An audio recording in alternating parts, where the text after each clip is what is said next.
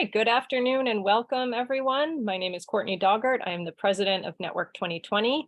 It is a pleasure to be here today. We're doing back to back. We have a double header from yesterday. So for those of you who are joining us again, thank you.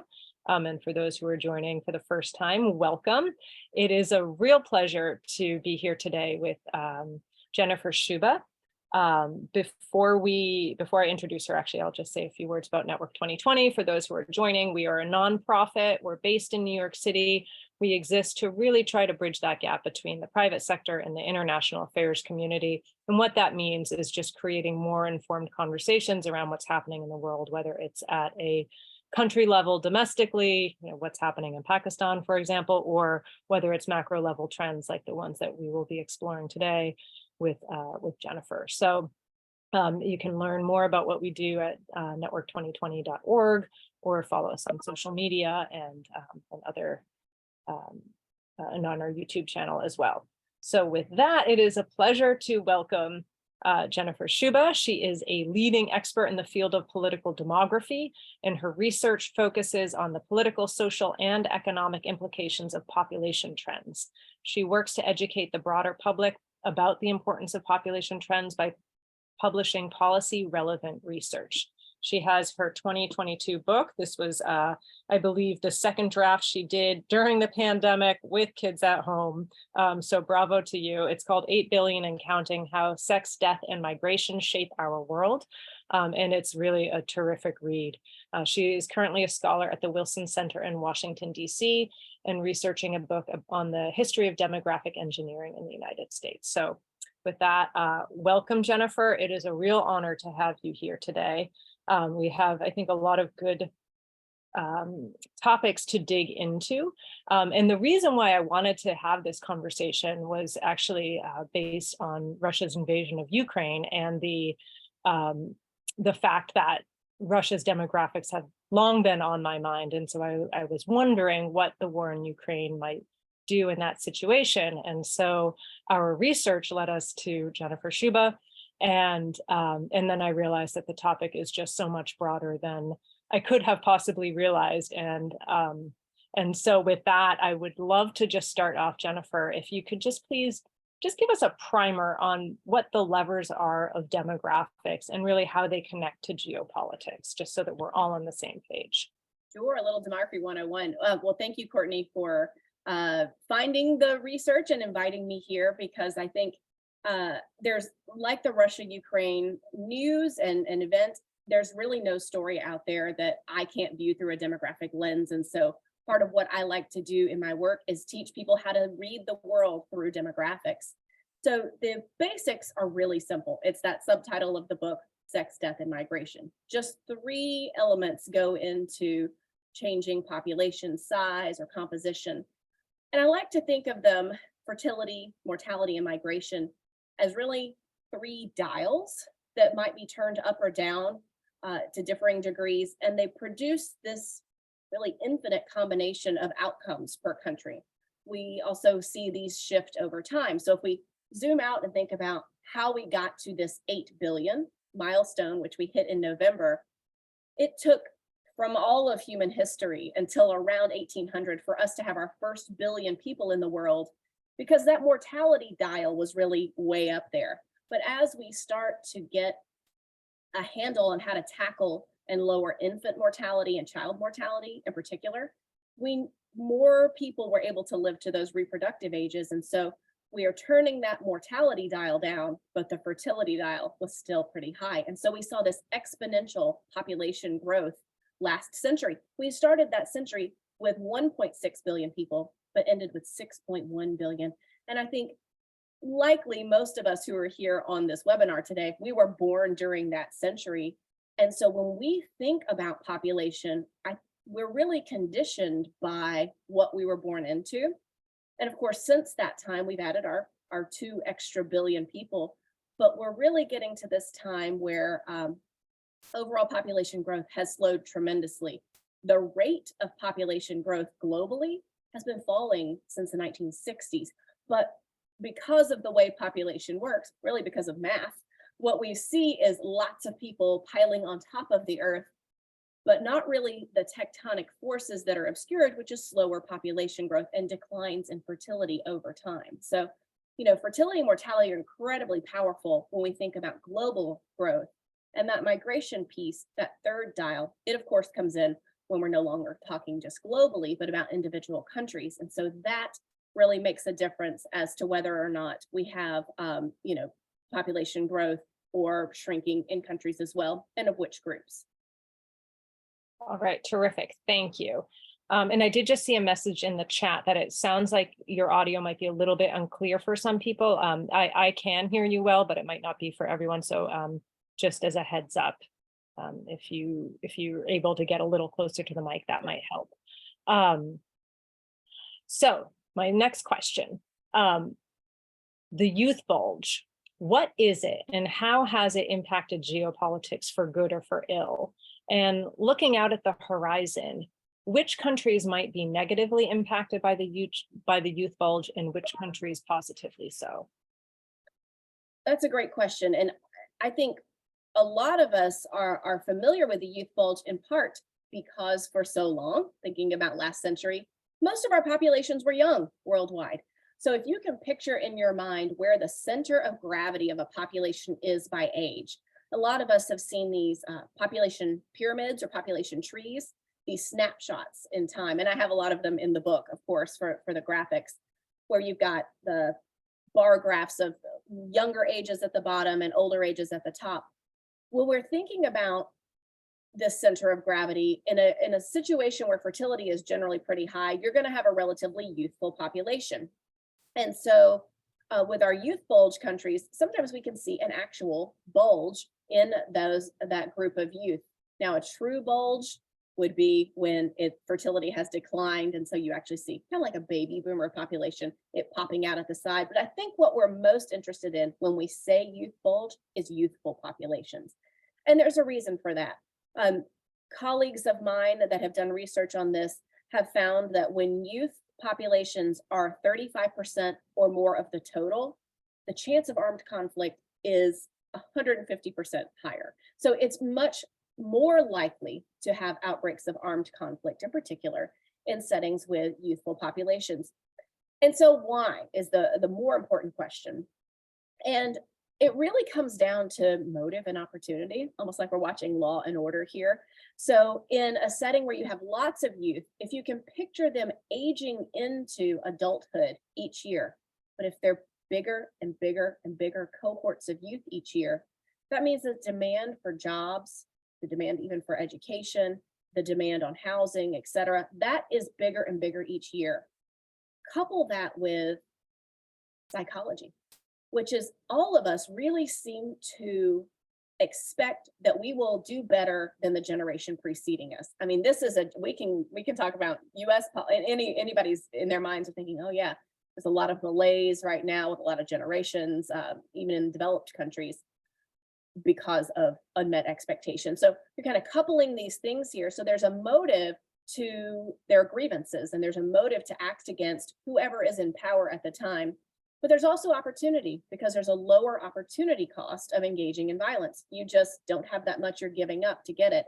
And so it's never that demography is destiny, which I will keep repeating as we go through this hour, because not every youthful or youth bulge country ends up in conflict, but it is that it sets a scene for that. And a lot of people started talking about youth bulge and youthful age structures around the time of the Arab Spring, because demographically speaking, these areas, they were primed for an uprising. Doesn't mean it's necessarily going to happen. And in fact, some of the best studies say, well, look where it didn't happen and look where it did, and let's identify the factors. And that's, incidentally, that's how I think we should use demographics. It's, again, not deterministically, but it's a scene setter. In this case, it's the fodder, but not the spark. But we do know that when we look out at the world, while fertility has come down everywhere, which is something I'm sure we'll talk about later, there are still places in the world that have very young populations and high fertility, meaning that they'll continue to be youthful. Niger, Chad, Somalia, Democratic Republic of Congo, Tanzania, Central African Republic, Afghanistan. when I say those names, I'm sure it sparks in everyone's mind that these are some of the most fragile countries in terms of governance on the planet. And so these things go together, that's for sure. Terrific. Thank you. Another idea that you go into in the book is this idea of the window of opportunity, or the demographic dividend. I'm not sure if they're the same or if I'm conflating terms, so please correct me if I'm wrong. So what is this demographic dividend? And when you're looking at the behavior of countries, can countries take advantage of this age structure transition? And what do they need to have in place in order to do that? I like this as the next question because you're actually taking us through a country's own demographic transition. So, our countries are starting off with youthful populations. And then when we're turning down that fertility dial, which is what happens over time, that center of gravity starts to shift. So you can picture in your mind, it's center of gravity sliding up from those younger ages to the middle. And that's what we're really talking about with this window of opportunity. And I do like that phrasing more so than the dividend, because I think the word opportunity is key here. There's a chance to make something of this. And really there's a chance to reap a dividend, but of course you have to invest. If I want a dividend from any of my investments, I better have invested some money in the first place.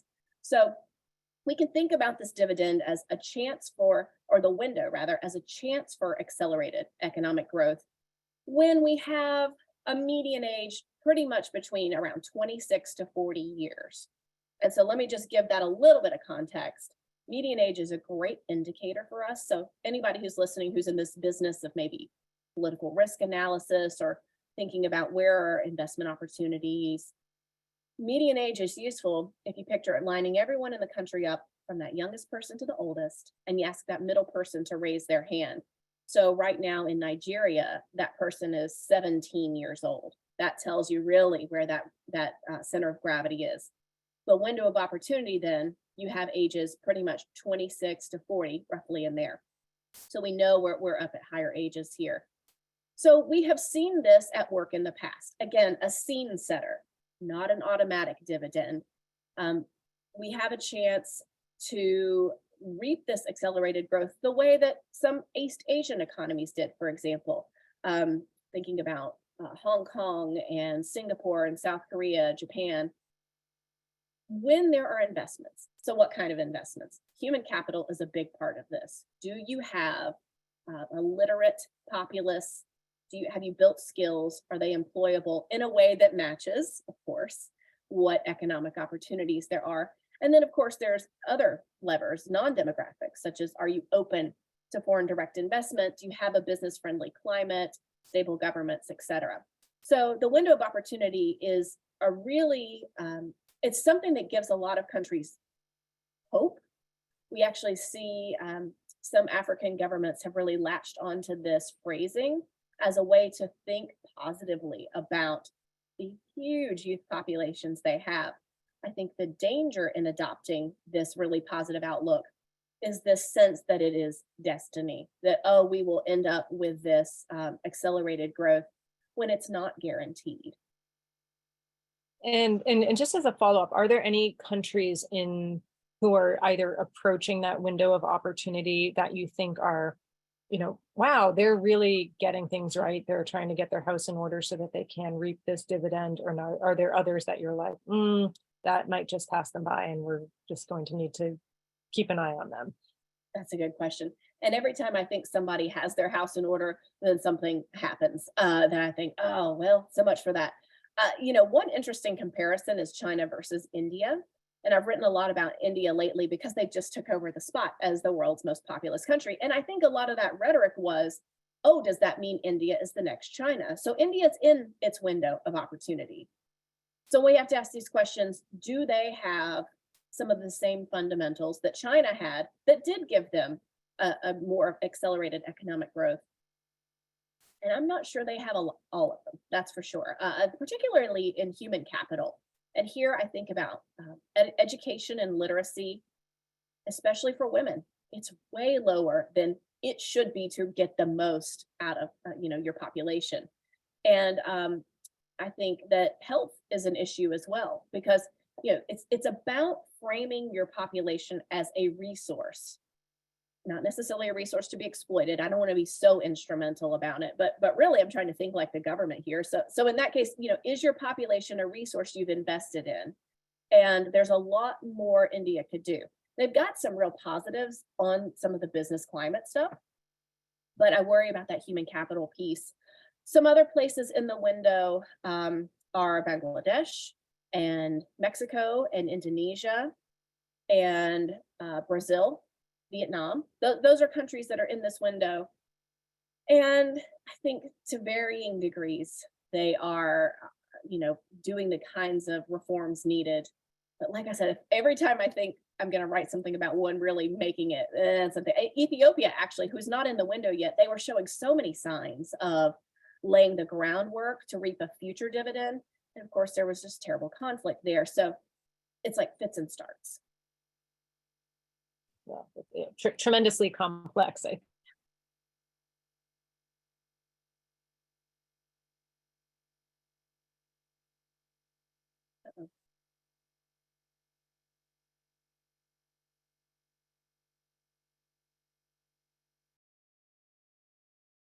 What are the implications of an aging, shrinking population? And what do those shifts require from policymakers and thinkers in economics and politics in order to see a smooth transition? So we've talked about this when we have these youth countries and median ages of 17, 18 years, and we moved into this middle area here. With aging countries, we need to think about much older median ages. And part of your question got cut off, but I think that you're just wanting to know about what are the prospects of aging.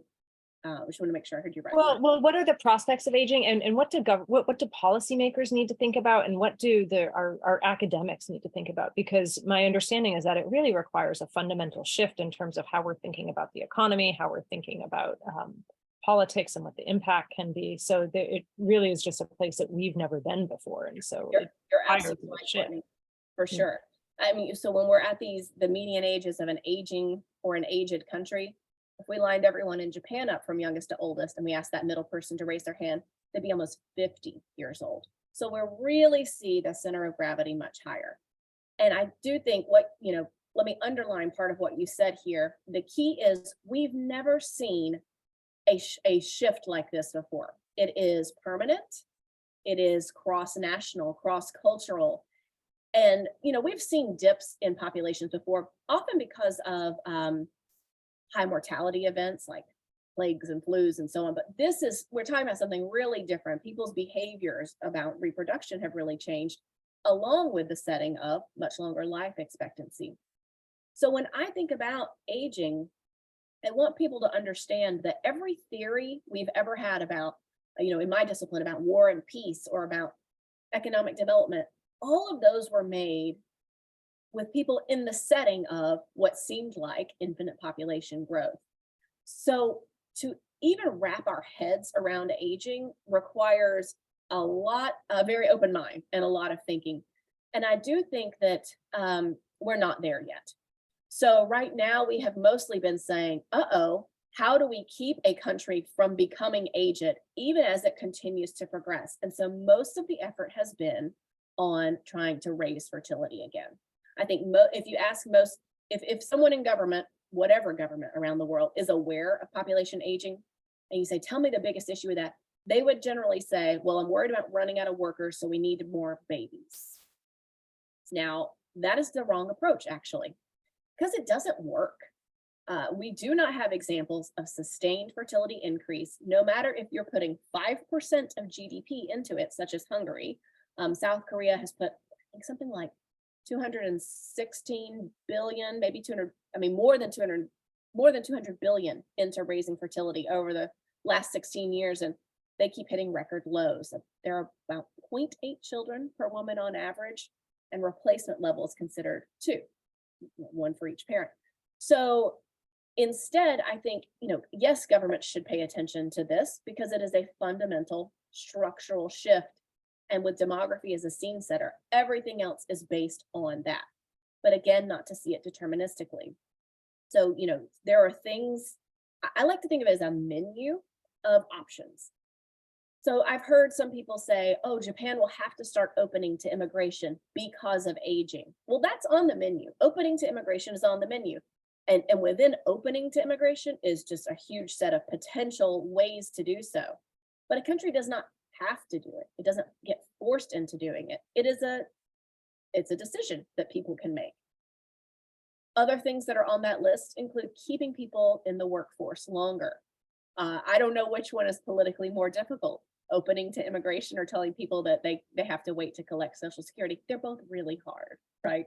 Should ask Emmanuel Macron and see what he says. Exactly. So we see really viscerally what happens when you try to get people to do this through a policy change, particularly in a democracy. And I think that's something for us to underline is that first wave of aging states, they really were mainly European social welfare type states. So what we started to understand about aging when I started studying it 20 years ago, I mean, it was barely there, but our first examples were Japan, Italy, Germany, and then follow through with Europe. We have a different set of aging countries now, really different set. A quarter of our aged countries are now non-democracies. And I think we need to ask a lot more questions and in fact, have a more open mind about what it looks like to have population aging in a non-democracy versus a democracy. And just to understand that there are multiple responses to this, ways to adapt, that it would be good if we'd start to learn from each other in these and also see what to avoid. I think it's absolutely fascinating. And I'm curious to see who thinks well about this. You mentioned immigration in terms of Japan, and so I wanted to move on to migration, which is often described as a crisis, as though there's an inflection point, but really a stunning point in the book is that 98% of demographic growth will take place in lesser developed countries. And so with those numbers in mind, and with the likelihood of climate change to drive continued migration, how do you see migration impacting geopolitics in the decades to come? Yeah, I think the biggest way it will impact it is that it will continue to be a point of tension. And I know that sounds like a lame answer because what we see so many other people writing is, oh, look, waves of hundreds of millions of people are going to come, knocking down your door. There's a lot of fear mongering around migration and always has been. And I think climate change gave a perfect, reason for people to use that fear mongering. And we simply I don't see it because I'm a political scientist. I'm trained in political science. And when I look at migration, I think the migration of the future looks a lot like the migration of the past. It's actually not as wildly unpredictable as many politicians make it out to seem. It follows the really predictable paths, which I talk about in the migration chapter of my book. It's one of the chapters that I like the most because I think it adds so much more sense into this discussion and walks us back. I mean, you can tell I'm an anti-alarmist in general, but with migration, let's really walk it back because politics is a very effective gatekeeper. And I know that it can seem as if it's not when we have, look at the southern border of the United States right now. But if let's go a little further here, it is still an effective gatekeeper because look at how so many of those people are being used as pawns in the political system. I mean, directly moved as pawns in the system.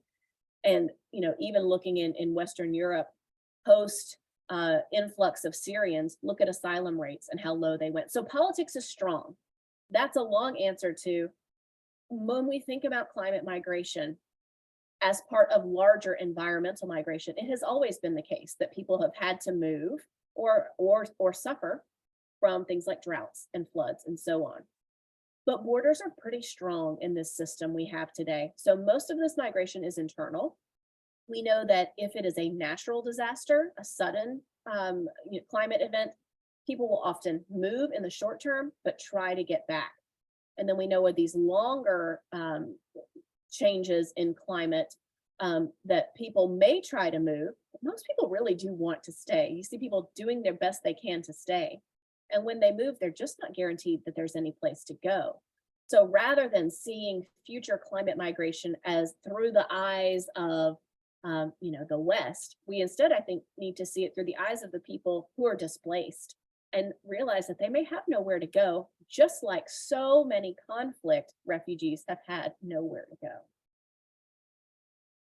Great, thank you. I will turn to the Q&A box very soon. So if you have a question at any point, please feel free to put it in the Q&A box. What I'm hoping is that this moderated part will give good fodder for questions around what's happening around the rest of the world. So I think that there should be a lot to dig into. So if you wouldn't mind just bearing with me with this last question, and I hope I can get it out right. What I find really interesting is that over the past few centuries, there have been different inflection points where people talk about the limits of growth. And Thomas Malthus in the 18th century to the 1970s, we had limits of growth. In that latter period, it seemed like gave rise to a lot of strict family planning in some countries like China or Romania that were almost draconian. In your opinion, were those policies necessary to respond to the concerns of the time? So in other words, like, is there a risk that in flagging a potential problem that seems to continually crop up, harsh measures may be implemented, potentially unnecessarily, or did that actually help kind of get us to this point right now where we're seeing this shrinking population, and now are we going to, go in the other direction? Yeah. That's a good question. And I really think it's kind of two questions. One, were they necessary? No, they weren't necessary. And we can say that as a blanket statement because we do know that fertility would keep coming down. We see it go down in a lot of places. It was already heading down when some of these harsher measures were put in place. And so we don't ever need coercion. Full stop. If we have family planning, rights-based family planning is the way to go. But in fact, I think it's an important lesson for us that there was this coercion, because I very much worry about my own platform and how I sit here all the time and bring up population as an issue. And I've done it, for 20 years. And when I was more naive in my younger years, I talked a lot more about population and conflict. I talked a lot more about youth and risk. But then I started to see that there were risks even to that kind of rhetoric because of exactly what you said. When someone in leadership, someone in power starts to see population as a problem, then the solution set you have no control over. And I think it is notable that a quarter of our aged countries are non-democracies. And I really worry. I used to have this sticky note until it fell off on my screen right here that said, are coercive policies more likely in non-democracies to bring fertility up? And so that is really the key reason why I'm a non-alarmist and why I don't think it's good for everyone to go beating the drum that, or the sky is falling because of aging, because what could happen if aging is seen as nothing but a problem and low fertility is nothing but a problem? Well, then women's bodies are the only solution out of this. And so we must make them have as many babies as possible. I think that's a real danger. And in fact, I've been told by some regional experts, and I'm not, going to go into discussion about this, but where we've seen at maybe some of the more local levels in aging countries, governments actually moving in that direction, which is not good. So, I no demographic trend is inherently good or bad.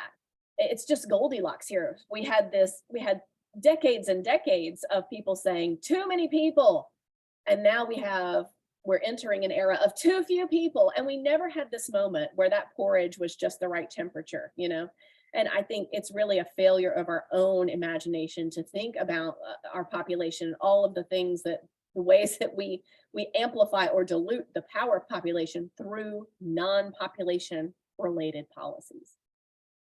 Thank you for that answer. I will turn now to the Q&A box because we have a lot of questions coming in. So one I have here, the questioner asks, is overpopulation making climate change and water wars inevitable? Are satellite dishes and the diffusion of television or films around the world exacerbating mass migration because people understand their relative poverty? Okay, so two different questions here. One, is population growth the thing that is stressing the environment? Maybe not. We know that it depends on the level of analysis here. So I have to give a nuanced answer. If we're talking globally, My goodness, me and my two kids have a huge impact on the environment compared to a family of our size that lives in a lower income setting. So I'm the problem and we're the problem here, that's for sure. So anytime we want to talk about a healthier environment, if that population, oh, excuse me, if that conversation is just about population growth, it's woefully inadequate to wrong. However, it is absolutely the case that at local levels, the relationship between population and the environment, excuse me, and the environment can be very closely tied. And you really feel those stresses. I think about Nigeria, for example. Have the last I've seen, which is it's not that old of a statistic, but the last I've seen, 70% of the population still relies on fuel wood for heating homes and cooking. That is very high when you consider that they are one of the few countries in the world that still has high fertility. By the way, it is one of very few countries still with high fertility. We're really in a different era, which I want to make sure we talk about that. But, you know, we see environmental changes in Nigeria with decline in savanna, expansion of agricultural area, deforestation, and we can see how that is tied to population growth. So it's a yes and no answer. But I think the real caution is to say, don't frame it as overpopulation because more harm can come from that than good. And that's really the caution I want to throw out there. And there was the second part of that about migration. So one thing I would say that surprises people, and so I hate to give this away because it's in the intro to the book, but you know, when I give people this pop quiz, what proportion of the world's population do you think lives outside the country in which they were born? I can have just the most educated, knowledgeable group out there. And I think in all the times I give these pop quizzes to audiences, maybe twice has somebody come close to giving the right answer. People will say 20%, 50%, but it's between 2 and 4% of global population that is the stock of migrants here for decades. So I don't think we're in an era of mass migration. That's why I say migration of the future will look a lot like the past. And so migration doesn't happen because people want to move. If that were the case, we would have a much larger share of people who move. It is way more complicated than that. In the same way that deciding when and how many kids to have is a really complicated decision. Thank you.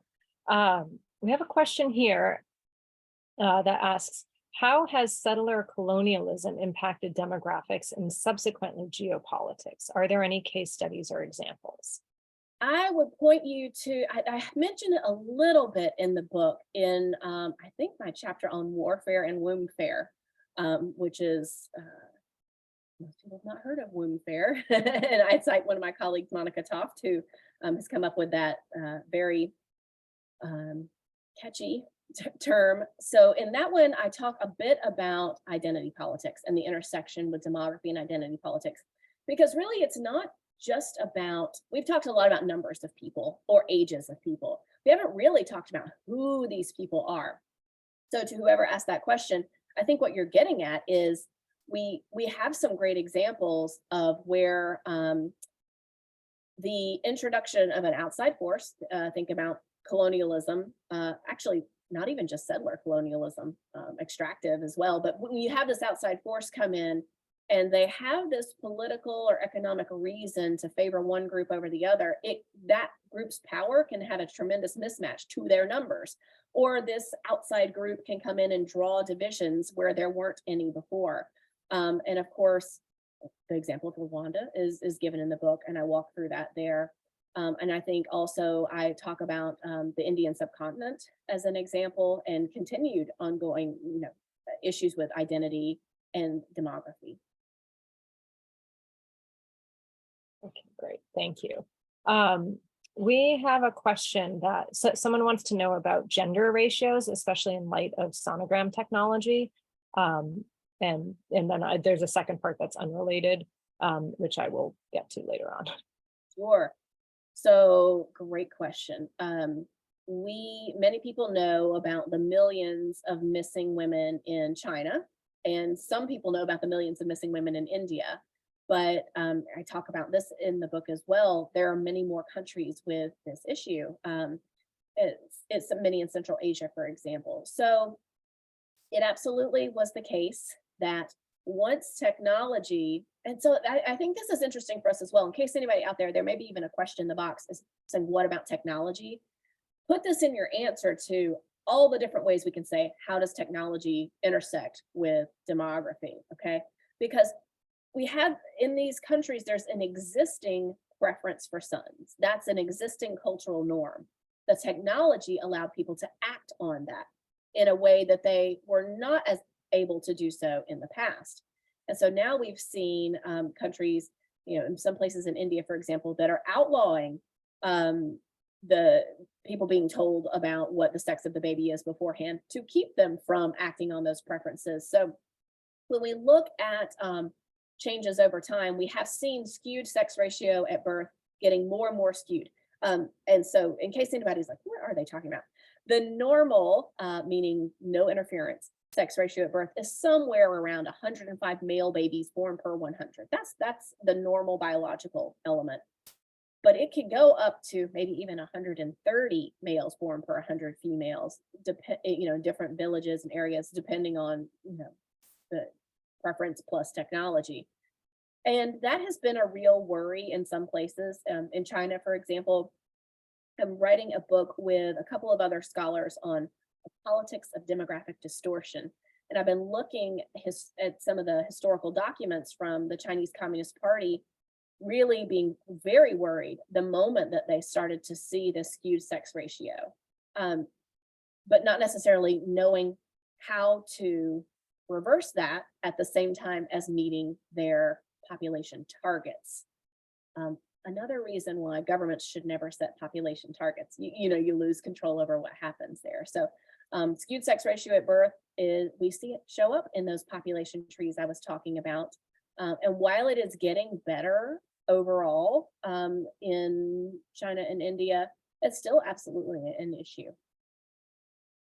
Great. You mentioned population targets, and there's a question in the chat in the Q&A box. The questioner wants to know, they write that the Canadian government is making noises that seems to be preparing Canada to build its population to 100 million by year 2100.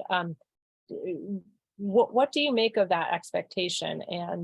And is there, just going back to some of our earlier parts of the conversation, what's the relationship between that and the environment? As well as that and different measures that governments need to take in order to make that increase.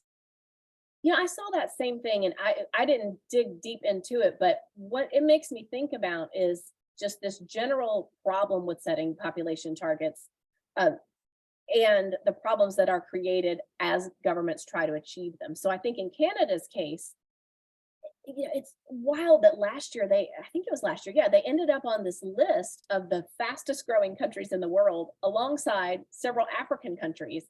And it's because of how big the volume of immigration was. And something like 96% of the reason they grew so much was immigration. So I've been asked before, oh, does that mean they're getting it right? Well, turn to a different page of the newspaper and look at the tensions within the society over that. That's why when I talk about this menu of options states have, listen, they all come with consequences. You want to increase migration? You're possibly going to exacerbate identity politics because humans, there's no matter where you are in the world, we have this issue. So if Canada chooses to go down the path of flinging the doors wide open to immigration, I don't think they'll stay open very long at all before counterweights in the political arena close them. That is, again, part of why I say migration's fairly predictable, because it's always this push and pull. It's just constant historically and around the world. And of course, there'd be consequences for the environment if people are moving from lower consumption societies to higher ones. That's certainly the case, but I would be floored if they keep the doors flung wide open for a long time. Thank you. We have a question about China. So the questioner writes, we see in the news how China is facing a major demographic crisis with regards to its aging population as a result of its one-child policy. How will Chinese power be constrained over the longer term by demographics and resource scarcity? So I would say China's facing a major demographic shift, not a major demographic crisis. And that is because I say that on purpose because I think that what I've seen throughout my career is there, and this is not you, questioner. This is me kind of zooming out to let me tell you about some 4-star generals I used to have to brief on this. For example, people walk into to look at demographic data with bias, and they don't necessarily realize it. So the people who see China's demographics as the biggest crisis tend to be people who would benefit if China is in a demographic crisis. So throughout the military, for example, when I was at the Pentagon in the mid-2000s, people were looking at Russia and saying, look at this publicly. They have just the most dire demographics. They're losing 600,000 people a year. We've got male life expectancy of 54 years or something. It's very bad. Fertility is low. We don't have to worry about them as a threat. And I caution that over and over in the book, just to bring it to how you started us off. I wrote that book and cautioned against it before Russia is in Ukraine.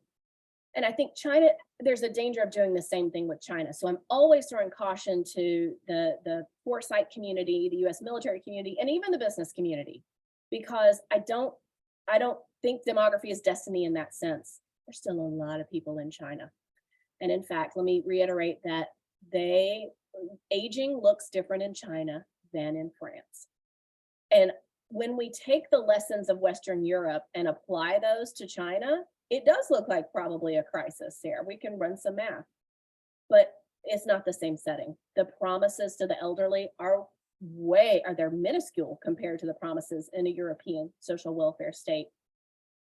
The ability of the government in China to marshal resources towards whatever their goal may be is quite high and quite effective without the same kinds of checks and balances. So I actually want to swing our thinking to say maybe it's the US that's in a crisis. We have the same median age as China. Now our population is still growing because of immigration, but we have the same median age.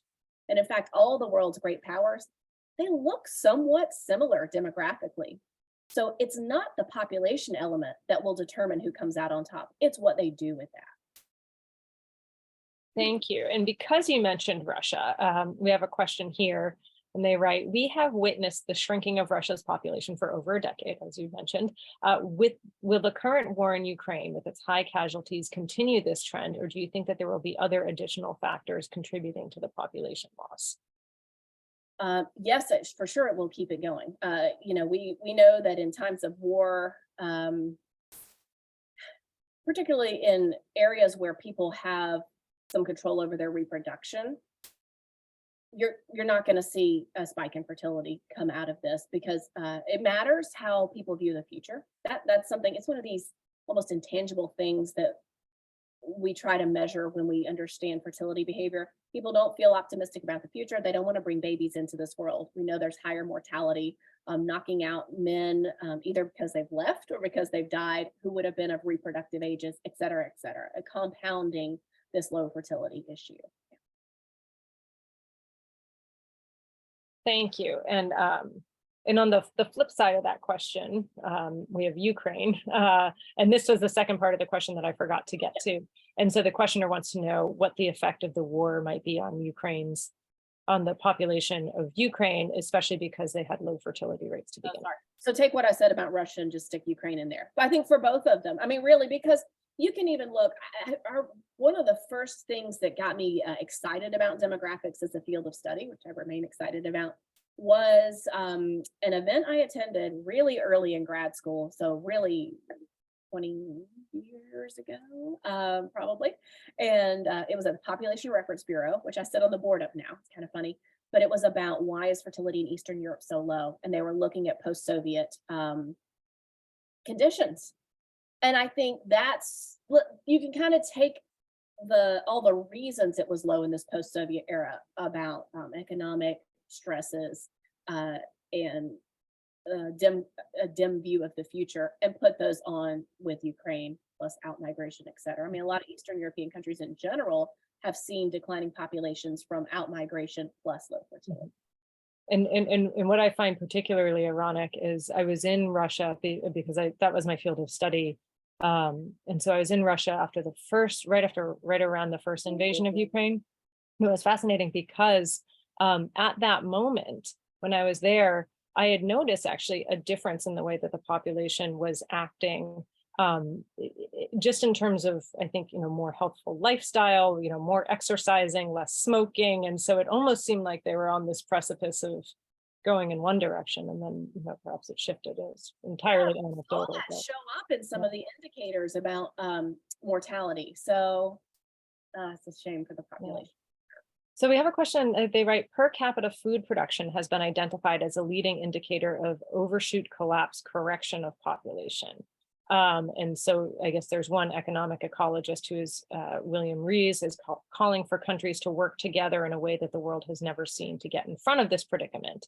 And so the questioner asks, do you see this level of cooperation progressing forward, or are countries retreating more towards survival silos?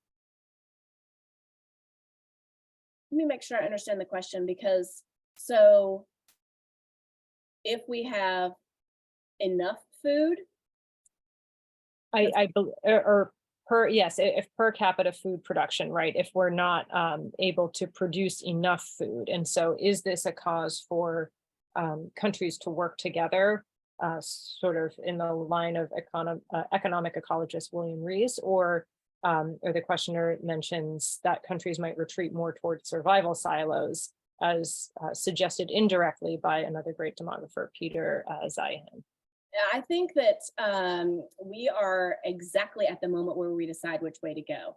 And unfortunately, I think we're headed more towards a lack of global cooperation. And the reason I see that is that we've reacted. So one stat I haven't had a chance to give, and then I'll tell the reaction, is that just 20 years ago, 2/3 of the world's countries had high fertility, 5 or more children born per woman on average, just 20 years ago. Now, 8% do, and 71% are below fertility. It is a complete switching of high and low fertility this last 20 years. And I think the awakening that people, of course, that seems rapid. Oh, it is rapid in some ways, and for some countries. Through a demographic lens, we see it as a long-term trend. But when you're a leader and you awaken to this idea, your response can be, you can have a few different responses. You can say, yes, I accept this new reality, and let me do everything I can to make the most of my population and have some sensible reforms. Okay, we don't see a lot of that. Instead, what do we see mostly is fear. And that fear, and especially, I think it awakens in people an existential fear. So they're really worried about, how are we going to disappear? So we would think about, taking the lessons of individual aging. And of course, my cat shows up. I closed the door. They literally opened the door. I'm not kidding. I'm gonna have to lock the door. They literally opened the door. So what's gonna happen is people will disappear and cats will take over the planet because they've developed tremendous ability to open doors. Yes. For some people, they might be happy about that. So I think, we have this fear because we think individual aging is all we know. And it's so scary. And so what if instead we want to apply that idea to a country? Well, then it must be the worst thing we've ever heard of. And that, I think, is a force for retreating into silos, and also this divide. So the thesis really of my book is about the demographic divide that exists between those low and high fertility countries. And their interests are just increasingly diverging, whether on migration or environment. And I'm worried because I see a response of fear right now. And I want to be anti-alarmist, to change people's minds to say, maybe there are other ways to think about this. Right. And the current geopolitical climate isn't one where we're seeing a whole lot of cooperation either. So, yes. Question: over the last century or more, there has been a big demographic shift from rural to urban areas, and indeed now now it seems like more of the population is in urban areas. Is there any country or region where the reverse has happened, where people are relocating to rural areas? Well, I don't know if we're on the long term. So we saw this in the short term, and I think I wrote a Substack newsletter with one of the stats in here about, what happens. And actually, Courtney and I were talking about this before we came online. What's happened to DC? What's happened to New York as people left? Some of them left for more rural-ish areas, but really more suburban areas. I think that was kind of a flash. I don't know of any long-term shift away from urban to rural. It doesn't mean it doesn't exist, but I don't know about it. Well, it's interesting too, and it could be an interesting place to look at, Yeah. especially when it comes to the technology and the way technology can enable us to live and work in different places. But that's, Sure. I think about it with resources though, because so the project that I mean, as you can tell, I've already mentioned like 3 projects, but one of my projects that I'm working on is looking at depopulation, but trying to encourage us to think about this in an innovative way and in a resilient way. And it is coming up, this idea about, we have all these, if there are fewer people, it's not as if when you lose a population, you're going to lose it in a, if anybody's a Marvel fan here, like a snap of the fingers, and it just takes out like a random set of people. It's more in some areas, less in others. And so, I'm trying to understand the patterns of depopulation, but, and then how planners can adjust to those. But it matters for things like electricity grids and other kinds of infrastructure. So I would say if anybody out there knows some things about this, know that this is something I also want to learn more about. So yeah, please. well, here's a good related question to that in terms of how people move in different slices. Question is, with nations having a low median age or youth bulge, is there a problem of a brain drain of its educated young people leaving behind a more volatile situation? Yeah, it's happened for sure. It for sure has happened. And I think, much like everything else I've said about migration, we've got 2 columns on a page. How is it helpful? How is it harmful? When you lose some potential human capital, it really shows up. It shows up even in the quality of your governance. At the same time, a lot of those folks go work abroad and send home remittances that absolutely bring a household out of poverty, allow people to put food on the table or buy medicine or so on. So it is a double-edged sword for sure. Great. We have a couple of questions about India. One is, should countries such as India adopt population policies like the West, and would those be effective? And then the other is, with India overtaking China to become the world's most populous country, what role will it play on the world stage, especially with rising tensions between China and the West? What challenges will it face in its road to playing a greater role in global affairs? Okay, so not knowing exactly what population policies the person has in mind, one thing people don't often realize is that India already has below replacement fertility. So while they overtook the top spot, they overall, if we're zoomed out looking at the 1.4 billion people, the total fertility rate is about 2. And when you survey Indian women about how many kids they want about 1.6. So we could expect that given the opportunity to have fewer, they would have fewer. Now, this is us zoomed out, looking at the country as a whole. Within the country, depending on how you slice it, either regionally, or you could slice it by class or caste, education level, income level, you're going to see huge differences, of course. And so I'm not a fan. I'm becoming less and less of a fan as every day that goes by of a population policy, only because it says, we know what's right and we're going to make that happen, until the day a new person comes in and tries to change that. So should we make sure people have rights-based family planning and education and do what we can to prevent child marriage? Yes. Those things together will help lower fertility where it is high, and people want it to be lower. However, you're not going to see fertility raised. I mean, you're just not. In Kerala, I know it's already low. And so I think, what is population policy in the West? Was this the tax incentives I get for having kids? Is this, the pill is legal? Well, I mean, it's interesting because there's a question here about whether countries around the world with persistently youthful populations and rapid population growth, what investments are needed to shift population age structure toward the window of opportunity. But it's interesting because on the flip side of that, can you encourage women to have more children? And, that almost, I feel like that almost becomes, it ties back into what you said before about, hope and, do you have adequate childcare, and do you have the right structures around to be able to function and operate? And that, we certainly don't see any investments toward that, it seems like.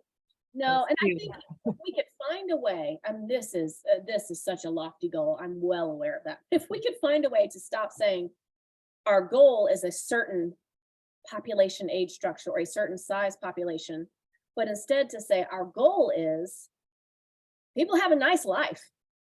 The byproduct in a super low fertility society could be higher fertility. The byproduct in a high fertility society has often been lower fertility. Oh, look, I can have education, opportunities to work outside the home. I know that my children are healthy and they're going to live to adulthood. Then you have lower fertility. We haven't thought about it that way for low fertility societies yet, and I hope we can do so. And I saw that in the chat, somebody put a link to a recent article I wrote in The Hill on stop trying to make more babies, really trying to push that point. Terrific. In the few minutes that we have remaining, well, one, are there investments that you could see helping shift the population age structure toward the window of opportunity that you would like to elaborate on? I'll just reiterate that trifecta of legally, what can you do in terms of child marriage? Because if we think about a woman's reproductive ages, when you have people get married younger and younger, 14, 13 years old, 15 years old, it's not great for their bodies to start reproducing at super young ages, of course, higher chances of maternal mortality, they miss opportunities for education, etc. They're also possibly more likely to have more children. India is an interesting case because often people have completed childbearing by their early 20s. So I sit with that. That's one. Education in Botswana, for example, we've seen emphasis on secondary education for girls and that being related to fertility there. In fact, Botswana's total fertility rate is about half of that for the surrounding region, in part because of education and because family planning rights-based is made free and available to people. So I think that's a package of reforms or policies that has broader social dividends besides just a population target. All right. So one final question.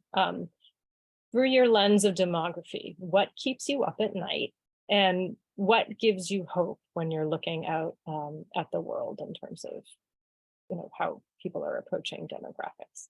That is a great question. So I have been kept up at night lately thinking about responses to low fertility and even my own role in raising awareness that low fertility is here to stay and it is widespread. And I worry I now have no control over what people do for a policy response to that. And I worry about coercion. I even worry about what it does to, there are so many podcasts I've been on where people say, why aren't women having more babies? And it's always phrased to me that way. So again, it's like, hey lady, you had too many, now you have too few. That really, that's really troubling. And I think will continue to be for the next 10 or 20 years at least here. But I do feel hopeful. So I've spent most of my career pointing out a lot of the problems. I taught environmental politics at the college level for about 15 years. And some of my students would call my courses the apocalypse courses because it just didn't look like there was a lot of good news. But when I had to sit and write that book and I got to the end, and this is the reason to write one. You should write because you'll learn something. And that zooming out made me feel very optimistic because when you're forced to zoom out and look at 8 billion people rather than these people suffering in this one village, for example, you see that we have made huge strides in lengthening life expectancy. Stephen Johnson is an author I like, and he wrote a book called Extra Life, thinking, we have gained, in essence, an extra life in terms of life expectancy. Non-communicable diseases are now the #1 killer, which is good news because it's not communicable diseases. Low fertility is good news in the sense that people are confident kids will live to longer ages. So I think generally, I feel optimistic about where we have come from and where we are going. We just need to be aware of the dangers in seeing population generally as a problem to be solved.